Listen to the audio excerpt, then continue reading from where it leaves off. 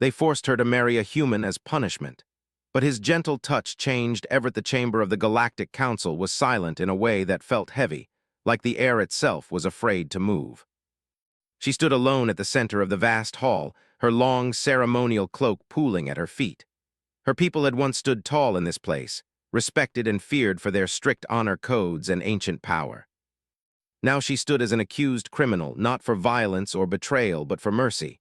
Valera of House Sorinth kept her back straight. She would not bow, not here. Above her, the council floated on their elevated platforms, dozens of alien species, glowing eyes, metal limbs, shifting forms. They looked down at her as if she were already broken. "The charge is confirmed," a council arbiter said, its voice echoing unnaturally. "You interfered with lawful punishment. You shielded labor-class citizens from corrective force. You defied your own caste law." Valera lifted her chin. "I protected lives," she said calmly. "That should never be a crime." A low ripple of disapproval moved through the chamber. "Compassion does not excuse disobedience," the arbiter replied. "Your actions inspired dissent. That cannot be allowed." Valera felt a familiar ache in her chest. She had known this moment would come. Ever since she stood between the enforcers and the workers, ever since she used her noble authority to stop the whips, the council had been watching. Punishment was inevitable. The arbiter raised one elongated limb. "For your crimes, you are stripped of rank, title, and inheritance." Her heart tightened, but her face remained still. "And," the arbiter continued, "to ensure humiliation and correction, you will be bound in marriage." The words landed like a sudden blow. Murmurs spread through the hall. Marriage was sacred among her people. To force it was considered a deep disgrace. Valera's eyes narrowed. "To whom?" The arbiter paused, and something like cruel satisfaction entered its tone. "To a human." The chamber erupted. Laughter, gasps. Shocked whispers. Humans, the newest major species in the galactic community, short-lived, soft-skinned, emotion-driven, known more for stubborn survival than elegance or power. Among Valera's kind, humans were pitied at best, dismissed at worst. Her punishment was clear now. This was not about law, this was about breaking her. She felt heat rise behind her eyes, but she forced it down. "And if I refuse," the arbiter's voice turned cold, "then you will be exiled to the outer systems, alone, without protection." Exile meant death. Slow, quiet, forgotten. Valera closed her eyes for a brief moment. When she opened them again, her voice was steady. "I accept." The laughter grew louder. The council had won, or so they thought. The transport vessel was small and plain, nothing like the elegant craft she once commanded. Valera sat alone, hands folded in her lap, staring at the dark stretch of stars beyond the viewport. She had imagined many punishments: prison, execution, exile. Marriage had not been one of them. To a human, her thoughts filled with every warning she had ever heard. Humans were unpredictable, emotional, too gentle in some moments, too violent in others. Their culture was a chaotic mix of affection and conflict. This marriage was not meant to create union. It was meant to strip her of dignity. When the ship docked at the assigned habitat station, Valera rose with practiced grace. She would not show fear. The station itself was modest, orbiting a quiet blue star. Not a prison, but not a palace either. The door slid open. He was waiting. The human stood a few steps back, hands clasped in front of him. He was taller than she expected, with dark hair already touched by early silver. His clothing was simple, clean, and unadorned. When he saw her, he did something unexpected. He bowed. It was not deep or dramatic, but respectful, careful. "Valera of House Sorinth," he said in careful galactic common. "My name is Elias Ward. I am honored to meet you." Honored. The word felt wrong. This was a punishment. He was supposed to act like a victor, or at least an owner. She studied his face, searching for mockery or hidden intent. She found none. His expression was calm, almost nervous. "You know why we are here?" she said coolly. "Yes," Elias replied, "and I'm sorry." That stopped her. "Sorry," she repeated. He nodded. "For how it was done, for being used as a tool, I didn't agree with the council's decision." Her pulse quickened. This was not the script she had prepared for. "You could have refused," she said. "I tried," he answered simply. "They told me refusal would mark my entire colony as uncooperative. I couldn't risk that." Valera looked away, staring at the curved wall of the station corridor. So he, too, had been cornered. "This arrangement," she said slowly, "does not grant you authority over me." "I know," Elias said without hesitation. "I won't take any authority you don't willingly give." She turned back to him sharply. You understand that among my people, marriage binds command. I understand enough to know I don't want that kind of bond, he said. Not like this. Silence stretched between them. Finally, she said, Where is the living chamber? He gestured down the corridor. This way, there are 2 sleeping rooms. If you'd prefer separate spaces, that's already prepared. Her steps faltered for just a fraction of a second. You prepared separate rooms? Yes, he said. I assumed you'd want them. No one had ever assumed her comfort before. The living space was simple but warm. Human-made furniture, soft lighting, walls decorated with images of oceans and forests. It felt alive in a way her former palace never had. Elias stopped near the entrance. Please take whichever room you want, I'll use the other. She set down her small travel case. You will not monitor me. No, you will not report my behavior. No, you will not touch me. He met her gaze directly, his voice firm but gentle. Not without your clear permission, ever. Something inside her chest shifted, sharp and confusing. The council's punishment was supposed to make her feel small. Instead, she felt uncertain. Days passed. Observers from the council monitored the station remotely, watching for signs of failure. They expected conflict, fear, submission. They saw none. Valera moved through the habitat cautiously at first, always alert, but Elias never invaded her space. He asked before speaking at length. He learned when silence was welcome. When he cooked, he prepared meals that could suit both their biologies, researching carefully. When she refused food once, overwhelmed by emotion, he did not question her. He simply left water nearby. The gentleness unsettled her more than cruelty ever could. One evening, she found him repairing a malfunctioning panel by hand. You have technicians, she said. They're scheduled tomorrow, he replied. I didn't want the lights to flicker all night. You do not have to inconvenience yourself for me. He glanced up. I'm not, she frowned. Explain. This is my home too, he said. If someone is suffering in it, that matters. She had no response. At night, alone in her room, Valera lay awake staring at the ceiling. She had expected anger, resentment, even hatred. What she felt instead was confusion. The council had given her a human expecting humiliation. What they had given her was a mirror, and in that mirror she saw something she had almost forgotten existed in the galaxy. Choice. Far away in the council chamber, observers exchanged uneasy glances. This is not progressing as expected, one murmured. No signs of dominance, another said. No submission, the arbiter's eyes narrowed. Then we will apply pressure. Back on the station, Valera stood by the viewport, watching a distant sun rise over the curve of the planet below. Elias approached quietly, careful not to startle her. They sent another notice, he said. She did not turn. What do they want now? Proof, he answered softly. That the punishment is working. Her hands curled into fists. The game was not over. But for the first time since the sentence was passed, Valera realized something important. The council may have chosen her punishment, but they had not chosen the man. And that made all the difference.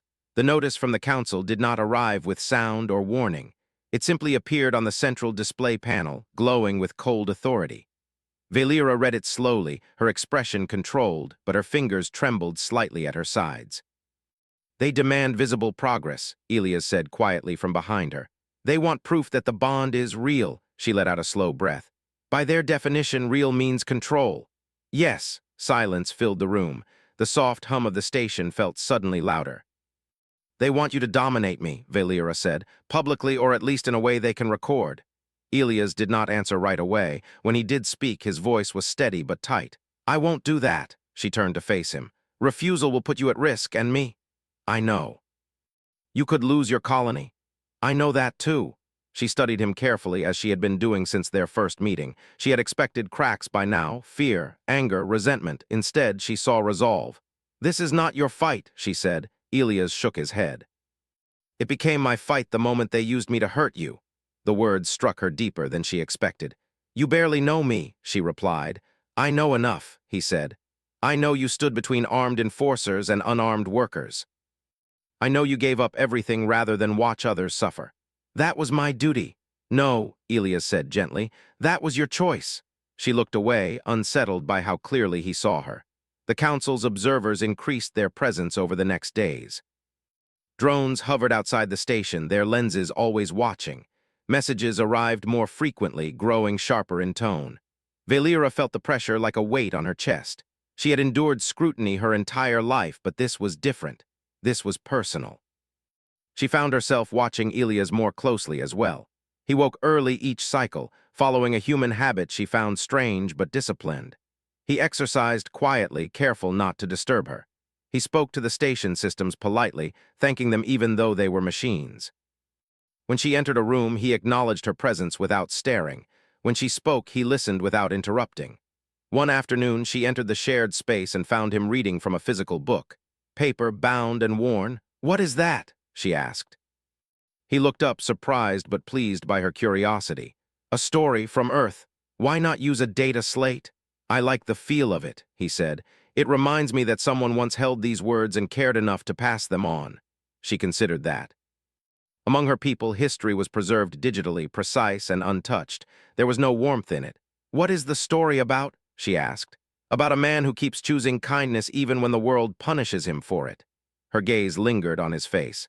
"Does he survive?" Elias smiled faintly. "Not always, but he changes the people around him."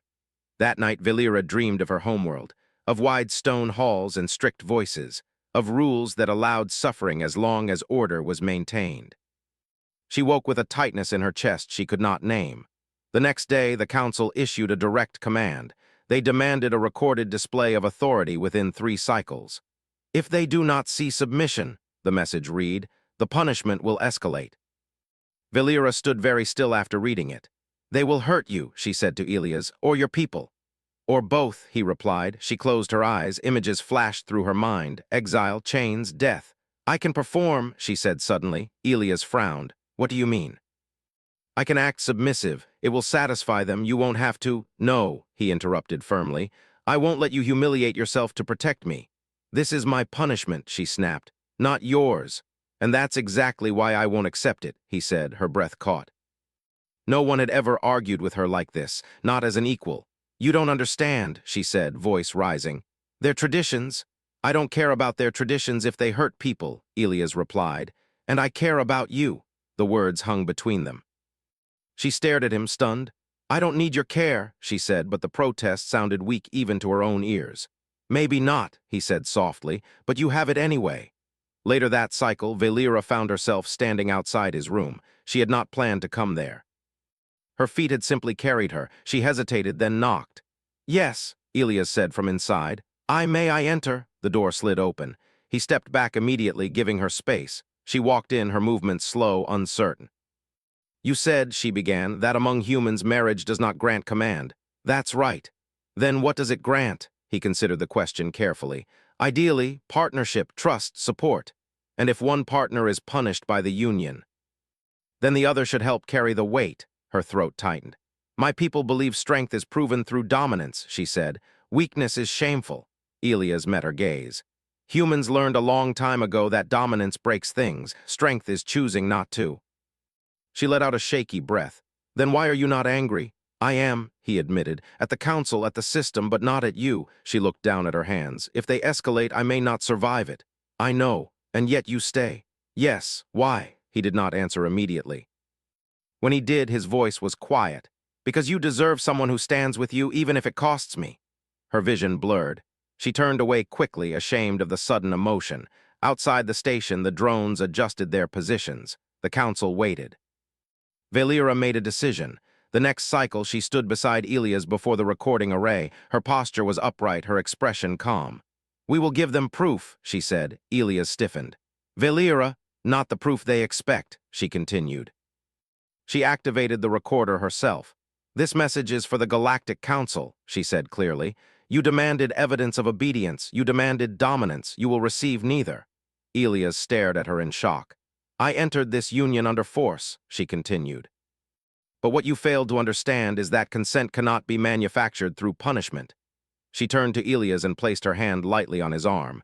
The touch was brief, deliberate. "This human has not claimed authority over me," she said. "He has offered respect, choice, dignity." Elias swallowed hard but did not pull away. "If that is failure in your eyes," Valera concluded, "then your laws are already broken." She ended the recording. For a long moment, neither of them spoke. "That was dangerous," Elias said finally. "Yes. They will retaliate." "I know." She looked at him, truly looked at him, and something shifted inside her. The fear was still there, the danger had not vanished, but she was no longer alone. "They wanted to make me feel small," she said. "Instead, they reminded me why I resisted them in the first place." Elias gave a small, tired smile. "Humans have a saying, pressure reveals character." "And what does it reveal about me?" she asked. "That you're braver than an entire council," he replied. Far away, the arbiter watched the recording in silence. "This is unacceptable," it hissed. "Prepare the next phase," another council member said. "If they will not bend," the arbiter's eyes narrowed, "then we will break the human." On the station, unaware of the exact shape of what was coming, Valera and Elias stood side by side, watching the stars. The punishment was no longer one-sided, and the council had just made a grave mistake. The message came the next day, as expected. A simple directive from the Galactic Council, but its contents were chilling in their clarity. The punishment will now escalate. Immediate compliance is required, or both parties will face severe consequences. Valera read the message twice, her hands steady, but her heart quickening in a rhythm she couldn't control. The council had made their move. They were no longer merely testing her spirit, they were trying to break her. She folded the message without a word and placed it on the small table by the window. Elias was in the other room, finishing up a work report for the station's maintenance. The room felt heavier now, the quiet stretching long between them. She heard him enter, his footsteps soft on the deck.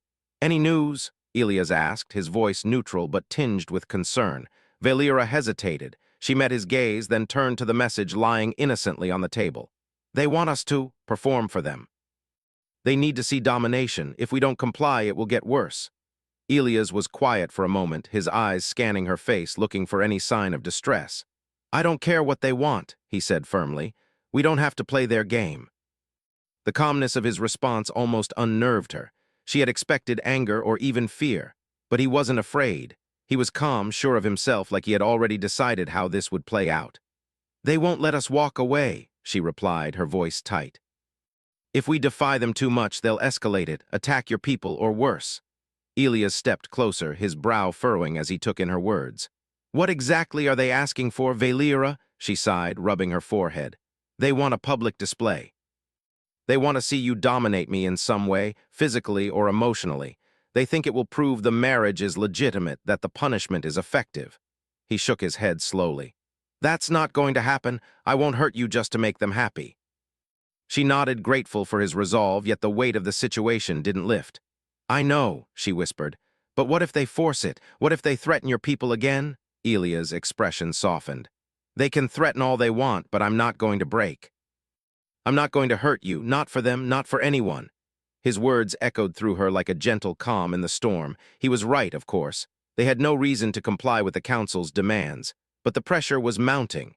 Every passing cycle felt like a new test. That evening, the council's message came again. This time, it was more forceful.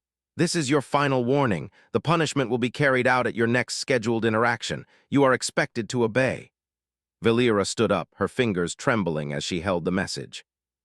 "We have no choice, Elias. They want compliance, and they'll keep escalating it until they get it." Elias walked over to her, taking her hand gently. "We won't comply, not in the way they want, but we don't have to stand by and let them destroy us either." She looked into his eyes, searching for something she couldn't quite name, something that would help them break free of this nightmare. "How do we fight back?" she asked. Elias was silent for a moment, then spoke with quiet determination. "We take control in our own way. We show them that we're stronger than their rules. We don't fight them with violence, but with our will. We stand together not as they expect us, but as we choose." The conviction in his voice made her chest tighten. He wasn't afraid. He wasn't even doubtful.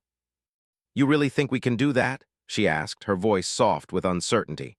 "I don't just think it, Valera," Elias said, his hand still holding hers. "I know it. We have each other, and that's more than enough." The following days were tense, a mix of watching for further messages from the council and trying to maintain some semblance of normalcy. But normal was a luxury they no longer had. Each glance out the window reminded Valera of the cameras watching them. Each quiet moment was filled with the unspoken pressure to conform. The tension reached a breaking point when the next directive came, an order for a public meeting with the council's representatives. Valera read the message in silence, then handed it to Elias. They want us to meet them in person, she said, her voice tight. They want us to perform the obedience in front of them so they can witness it firsthand. Elias read the message slowly, his face hardening. That's it. They want to break us for good. We can't go, she said quietly. It's a trap. Elias looked at her with a mix of frustration and understanding. I know, but if we don't, they'll make things worse. They'll hurt more people, and I'm not going to stand by while they do that. She stepped back, her mind racing. But they want us to act like I'm beneath you. They want to see me cower. They want to see you punish me. What if that's their plan all along? What if this isn't a test, but the final act in their plan to humiliate both of us? Elias didn't answer right away. He took a step toward her, his expression soft but resolute. We don't have to play by their rules, Velira. We can go there and show them that we stand together, not because we're forced to, but because we choose to. She met his gaze. There it was again, the certainty, the unwavering belief that this was the right thing. I'm not asking you to obey, Elias continued, his voice gentle. But I'm asking you to trust me. Let me stand with you. We'll go together, and we won't give them what they expect. We'll give them something they've never seen before. Her breath caught. The decision loomed large, heavy in her chest. She had never had someone, no one, stand by her like this, not out of duty or expectation. Elias wasn't asking her to submit. He was asking her to stand beside him as equals, as partners. For the first time since the sentence had been delivered, she felt a shift within herself. It wasn't just fear or anger or the cold weight of punishment. It was something else entirely. It was strength, something quiet but undeniable, the strength to defy, to stand firm, to say no. I trust you, she whispered. Elias smiled, and it was a small, tired smile, but it carried with it a warmth that eased some of the tension in her shoulders. Good. We'll do this our way, together. The journey to the council's designated meeting place was short, but every moment of it felt like walking into the unknown. Velira could feel the weight of the cameras, the endless eyes watching, but she was no longer walking alone. When the door opened to reveal the council's representatives, their alien forms flickering under the harsh lights, Velira held her ground. Elias was beside her, his presence solid and reassuring. She could feel his calm, steady heartbeat. He was with her just as he promised. The council arbiter stood before them, its cold, calculating eyes fixed on them both. Do you comply? It asked, its voice laced with authority. Elias stepped forward, his voice steady, unwavering.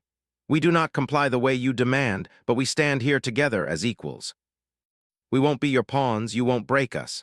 The arbiter's expression flickered with irritation, but it did not speak. Velira took a deep breath, stepping forward herself. You have underestimated us, she said, her voice calm but strong. We are not broken. We are not submissive, you will not control us. There was a long silence. Then the arbiter spoke again, its voice cold and disappointed. You choose defiance, very well, but know this, there will be consequences. Elias looked at Velira, his eyes filled with quiet strength. We're ready.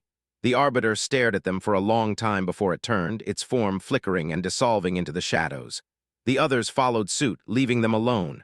Velira felt a weight lift from her chest. They had defied the council. They had made their stand. And they had done it together. The punishment had not broken them. And now, the real fight had only just begun. The aftermath of their defiance was not as immediate or as violent as Velira had feared. For a brief, fleeting moment, she believed that perhaps, just perhaps, they had won. The silence that followed the council's retreat was almost peaceful. There was no explosion of anger, no rush of retribution. The stars outside the station seemed to shine just a little brighter, and for the first time since arriving at the station, Velira allowed herself to relax. But the silence was deceptive. The very next cycle, a new message arrived. It wasn't an order. It wasn't even a threat, at least not directly. It was something far worse. A diplomatic envoy from the council was scheduled to arrive at the station. This time, they wouldn't be observing through drones or monitors. They would come in person.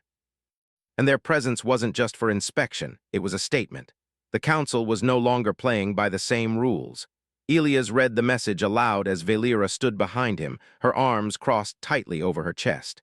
They're sending an envoy to. Negotiate, he said, his tone hard to decipher. She looked down, her mind racing. Negotiate, she muttered, half to herself. They won't negotiate. They'll try to force us to bend, to make us admit that we've failed. They'll try to break us down. Elias turned to face her, his expression calm but filled with a kind of quiet resolve.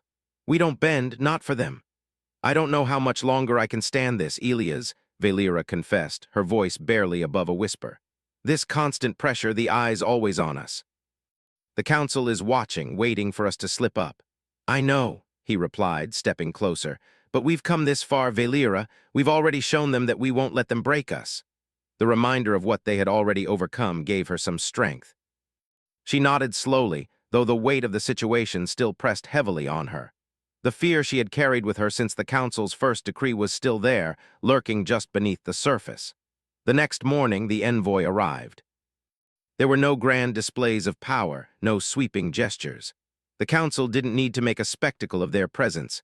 They were already powerful enough that their quiet arrival spoke volumes. The ship they came on was sleek, a dark silver vessel that hummed softly as it docked at the station. The air felt charged, like the calm before a storm. Valera and Elias made their way to the docking bay to meet the visitors. As they stepped into the room, the figures of the envoys were already waiting. There were 4 of them, all of different species, tall, thin beings with sharp features, their bodies draped in dark robes. Their faces were unreadable, their eyes sharp and piercing. The leader, a creature with elongated arms and a face that was almost completely smooth, stepped forward first. Valera of House Sarinth, it said, its voice smooth and cold. And Elias Ward. We have come to discuss the terms of your continued existence within the council's domain. The words cut through the room like a blade, and for a moment, Valera felt a flicker of fear.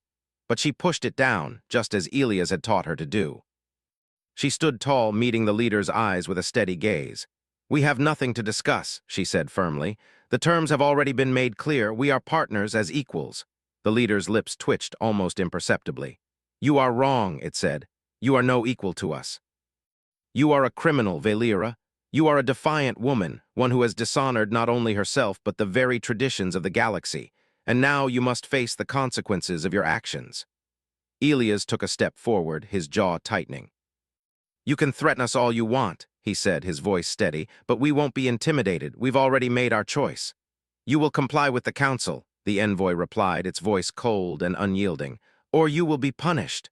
Valera's heart pounded in her chest.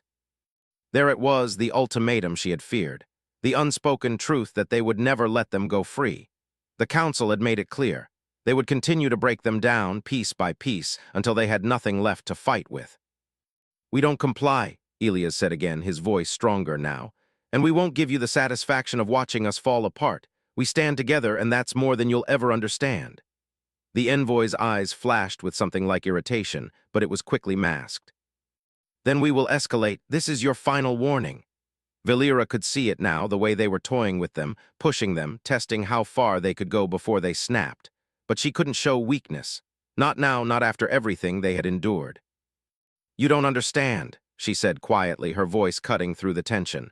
This punishment, this game you play, doesn't work on us. We've already won.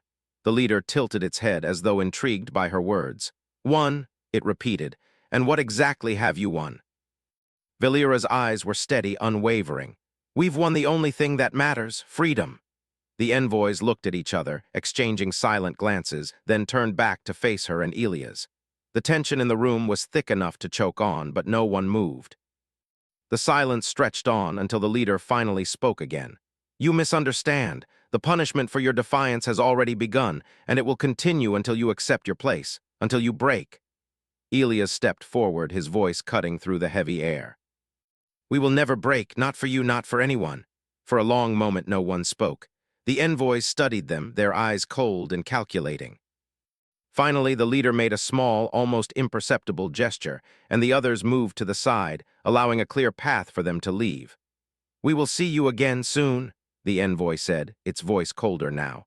But next time you will face the consequences of your actions. The door slid shut behind them and the room fell into a heavy silence. Elias didn't move for a long time. Valera watched him, trying to read his face, but his expression was unreadable. After a few moments, he finally spoke. They want us to break, he said quietly. They want to see us collapse under the pressure. We won't, Valera said, her voice firm despite the fear that still lingered inside her. We won't give them the satisfaction. Elias turned to face her, his expression softening. No, we won't. For a long time they stood there, side by side, the weight of the world pressing down on them. But in that moment, Valera knew one thing for certain. They had each other, and that was enough. Over the next few cycles, the pressure from the council increased. The envoys returned, demanding more of them each time. They wanted to see submission. They wanted to see obedience. They wanted to see them break.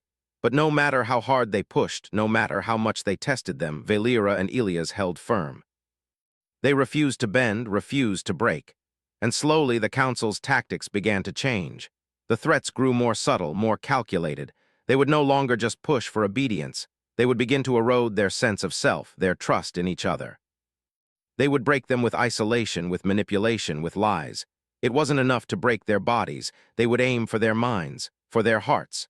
And for the first time, Valera understood what they were truly up against. The council had underestimated them. They had underestimated Elias. They had underestimated her, but she wasn't afraid anymore, because she had something the council could never take from her. She had the truth. She had the strength to stand tall, no matter how many times they tried to knock her down. Together, they would survive. Together, they would endure. Together, they would fight back. And the council would learn that they had made a terrible mistake in underestimating humanity and underestimating her. The war wasn't over. But they had just begun to fight. The days that followed were filled with tension.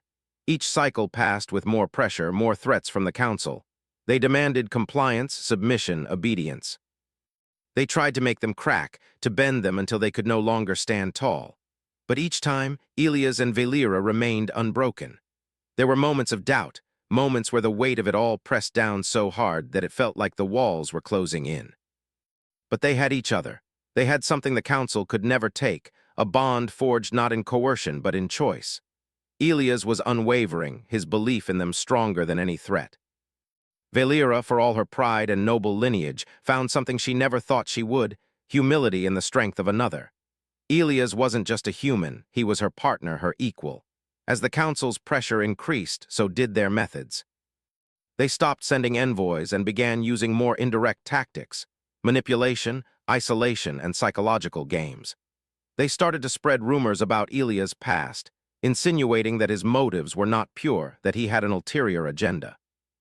They painted him as a manipulator, a man who had lured Valera into a false sense of security. Valera had heard these lies before. The council's attempts to destroy her dignity, her sense of self, had never worked. But now they were attacking Elias, the one person who had stood by her from the very beginning. It hurt her more than she cared to admit. She walked through the station, trying to clear her mind. The cold metal walls seemed to close in around her, the hum of the engines in the background only amplifying the silence in her mind. She had to do something. She had to make a decision. As she passed by one of the hallways, she found Elias standing there, looking out at the stars through the viewport. His back was to her, but she could feel the tension in his posture, the way his shoulders were stiff, like he was carrying a weight far too heavy for one person to bear. She stepped closer, unsure of what to say. There were so many words that had been left unsaid between them. So many things she wanted to ask, wanted to tell him, but now wasn't the time for hesitation.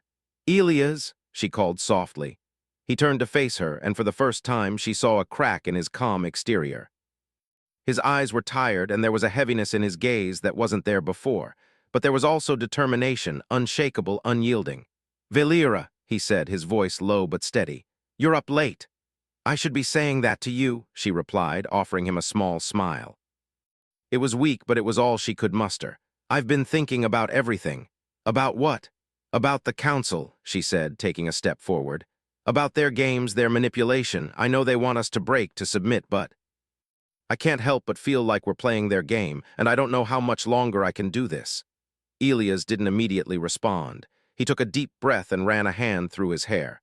"We're not playing their game, we're surviving it, and we'll keep surviving it. They think they can break us, but they haven't even come close." Valera frowned. "You say that, but how much longer can we hold on? They've already taken so much. The isolation, the threats, and now they're attacking you, trying to turn everyone against us." Elias stepped closer, his eyes searching hers. "You're not alone in this, Valera. We're in this together. Every threat, every accusation, they can't break what we have, what we've built." "But they're so strong," she said quietly, her voice faltering for the first time. "And they're everywhere. They have eyes everywhere, watching, waiting for us to slip. What if they're right? What if we don't make it?" Elias placed a hand on her shoulder, his touch firm but gentle. "We've already made it, Velira. We're still standing, and we will continue to stand, together." There was a long pause, as if the weight of his words were settling into the space between them. Velira closed her eyes, taking a deep breath. The fear she had been holding on to for so long began to loosen its grip. He was right, they had come this far, and they weren't done yet. "I don't know what will happen," Elias continued, his voice soft. "But I do know one thing, we don't need the council's approval. We don't need anyone's approval. What we have is real, and that's all that matters." She looked up at him, her heart heavy but full of something else, a spark, a flicker of hope that had been buried beneath the weight of their struggle. "You really think we can do this?" "I know we can," he said, his eyes never leaving hers. "We've already proven that we can survive. The rest is just a matter of staying strong." For the first time in days, Velira felt a shift within herself. The fear that had consumed her, the doubts, the uncertainties, they all started to fade. Elias had given her something she hadn't realized she needed, belief. Not just in him, but in herself. Together they had faced the council's punishments, their threats, and their lies. And they had survived. No, they weren't broken. And no matter what the council threw at them next, they wouldn't break. "I'm with you," she said, her voice steady now, stronger than before. "I won't let them win." Elias smiled, his eyes softening. "We're not letting anyone win, not now, not ever." They stood there for a while, the stars outside the viewport, a silent witness to the quiet strength that had formed between them. Velira felt the weight of their struggle, but it no longer felt like a burden. It felt like a challenge they would face together, side by side. The council had underestimated them. They thought they could break them, control them, humiliate them. But what they didn't understand was that no matter how much pressure they applied, no matter how many threats they made, they would never be able to break the bond between Velira and Elias. They had already won. And now they would fight for their future, their freedom, and the future of the galaxy. The next day, they prepared for what was to come. They knew the council would escalate again. They would continue to push, continue to test their resolve. But this time, they were ready. Velira and Elias stood before the council once more, their eyes filled with determination. The envoys had come again, more numerous this time, their faces cold and unyielding. The Arbiter stood at the forefront, its presence as imposing as ever. "You refuse to comply," the Arbiter said, its voice harsh. "You refuse to bend to our will, and now you will face the consequences." Velira stepped forward, her heart steady, her mind clear. "You've already tried to break us, you've already tried to make us bow. But we're not broken, and we won't bow to you, not now, not ever." Elias stood beside her, his gaze unwavering. "We've already won. You've tried everything you can, and we're still standing. You can't break us. We've already proven that." The Arbiter's eyes narrowed, and the room grew tense, but Velira didn't flinch. She wasn't afraid anymore, and neither was Elias. "We're done playing your game," she said, her voice firm, confident. "You can threaten us all you want, but you'll never control us." The council members exchanged uneasy glances, their cold expressions flickering with something like uncertainty. For the first time, they were not in control. "You may have won this battle," the Arbiter said, its voice low, "but the war is far from over." "Maybe," Elias replied. "But we're ready for it together." The Arbiter said nothing more. It turned and motioned for the envoys to follow. The council's representatives filed out of the room, leaving Velira and Elias standing in the quiet aftermath. "We're not done," Velira said, her voice steady. "No," Elias agreed, "but we're stronger than we were before, and together we can face whatever comes next." They stood there, side by side, watching as the door closed behind the council. The war was far from over, but for the first time, Velira felt like they might actually win. Together, they had already defeated the hardest part, and now the future was theirs to shape, and they would never let anyone take that from them.